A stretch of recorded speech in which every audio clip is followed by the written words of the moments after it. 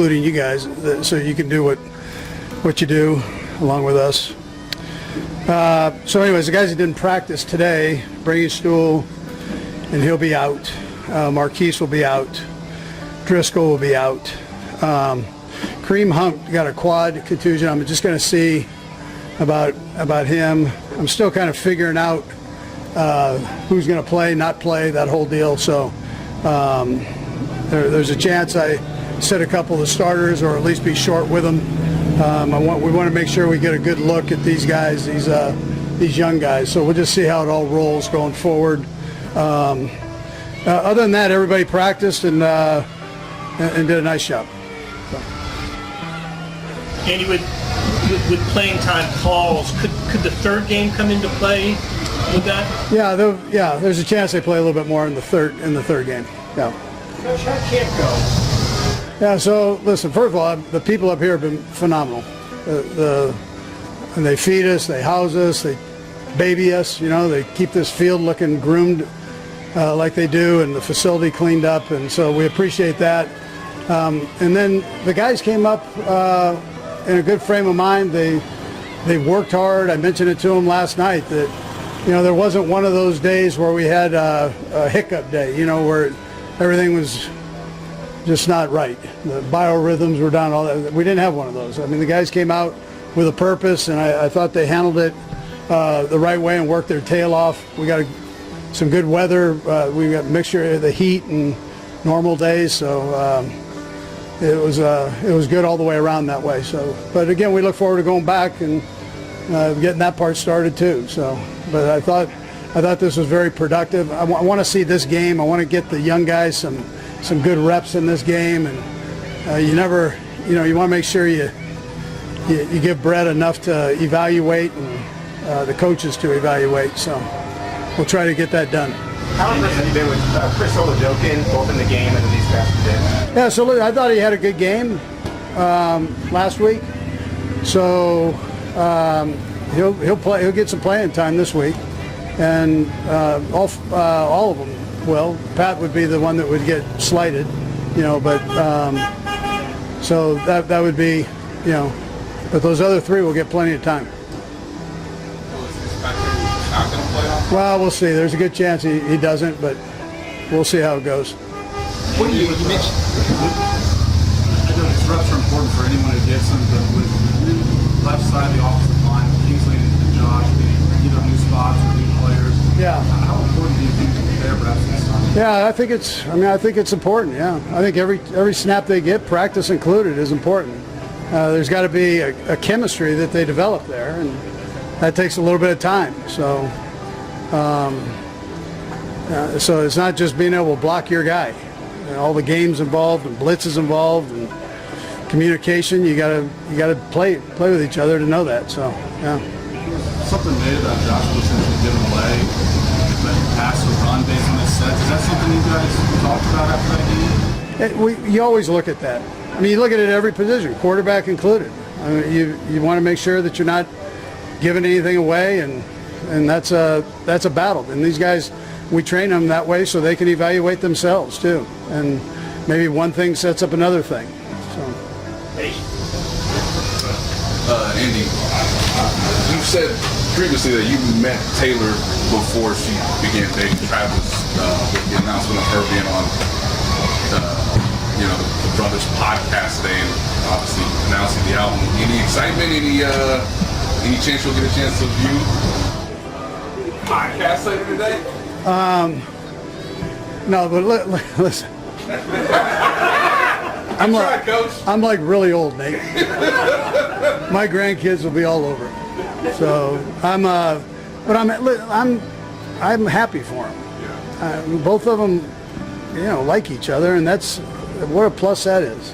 They care about each other, and that's I think that's the most important thing. The older you get, you want these guys to have somebody they can settle down with, and that whole deal. And so, I think it's a neat deal for them. Yeah. Both of them.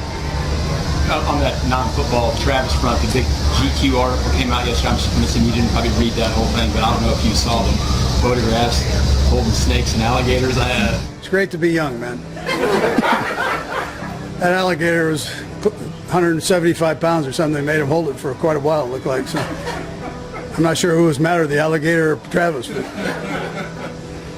Serious question about camp. No hiccup days. You rarely have hiccup days up here, but what do you kind of attribute that to, the way this kind of camp works? Yeah, I would tell you the senior leadership on the team.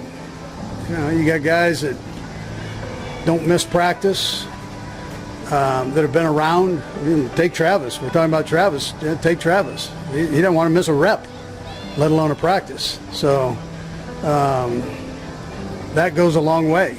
You don't have to say much as a coach when you're, you know, the Pat Mahomeses, Chris Jones, Bolton. I mean, these guys, Juju. These guys don't want to miss. They don't want to miss a day. I mean, I can keep going. McDuffie. So he's a young guy, but he's a leader in the group too. So those guys, when they do that, that's you know, you miss, you better be really hurt. You know, that's how it goes.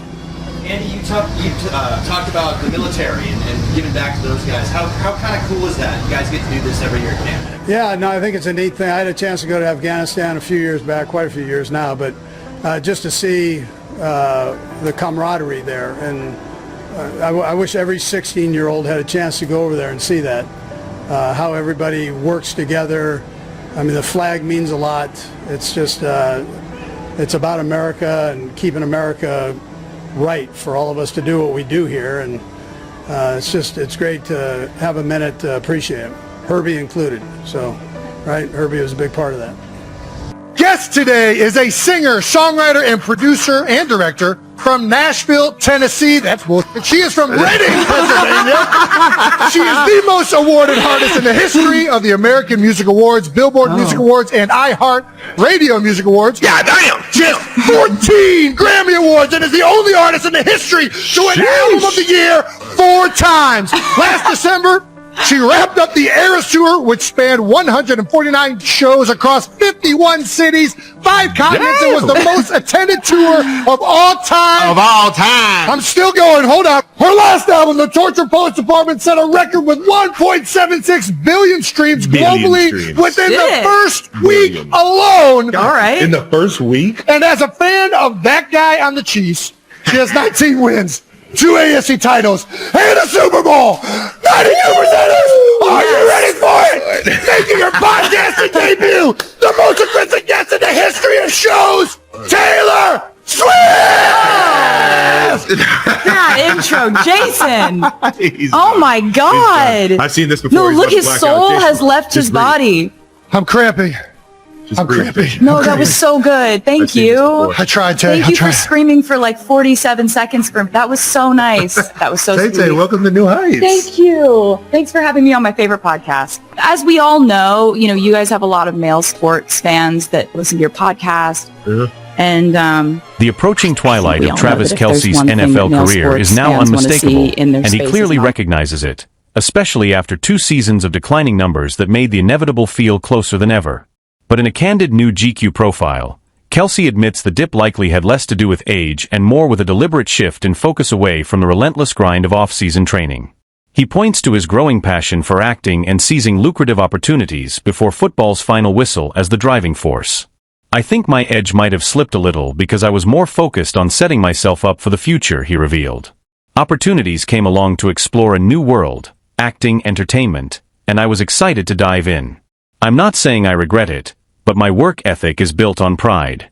I never want my product to slip, and I feel like the past 2 years haven't met my own standard. It's a moment of raw honesty that gives Kelce immense credit for the kind of self-awareness few athletes ever show when their legacy is on the line. Yet this hard truth also exposes a glaring blind spot, because over the past 2 off-seasons, Travis Kelce seemed to pour far more energy into building his brand than sharpening his game. In 2023 alone, he fronted campaigns for Campbell's Chunky Soup, T-Mobile, Bud Light, Experian, and State Farm, while the year before saw him starring in ads for Subway, Pepsi, and Lowe's. And then, of course, there's the all-consuming, headline-dominating chapter of his life, his romance with Taylor Swift, a relationship that, while never mentioned in his GQ interview, has undeniably demanded time, energy, and emotional investment. That's a heavy plate of endorsements and personal commitments, and far fewer hours in the trenches of pure football. That moment was a perfect reminder of the bigger picture, how easy it is to forget the years passing when Kelce keeps delivering like it's second nature. But watching him dig deep, summoning that spark, felt like a true fountain of youth moment, especially in full pads under the summer sun. It's the same relentless Trav, refusing to fade, proving he can still tilt the field when it matters most. And in the Chiefs' kingdom, there's one man who knows exactly how to unlock that: Patrick Mahomes, the ultimate pass catcher whisperer, a quarterback who wears more hats than most players could dream of.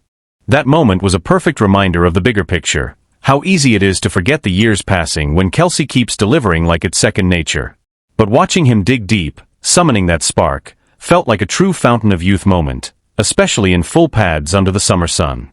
It's the same relentless Trav, refusing to fade, proving he can still tilt the field when it matters most. And in the Chiefs' kingdom, there's one man who knows exactly how to unlock that: Patrick Mahomes, the ultimate pass catcher whisperer, a quarterback who wears more hats than most players could dream of.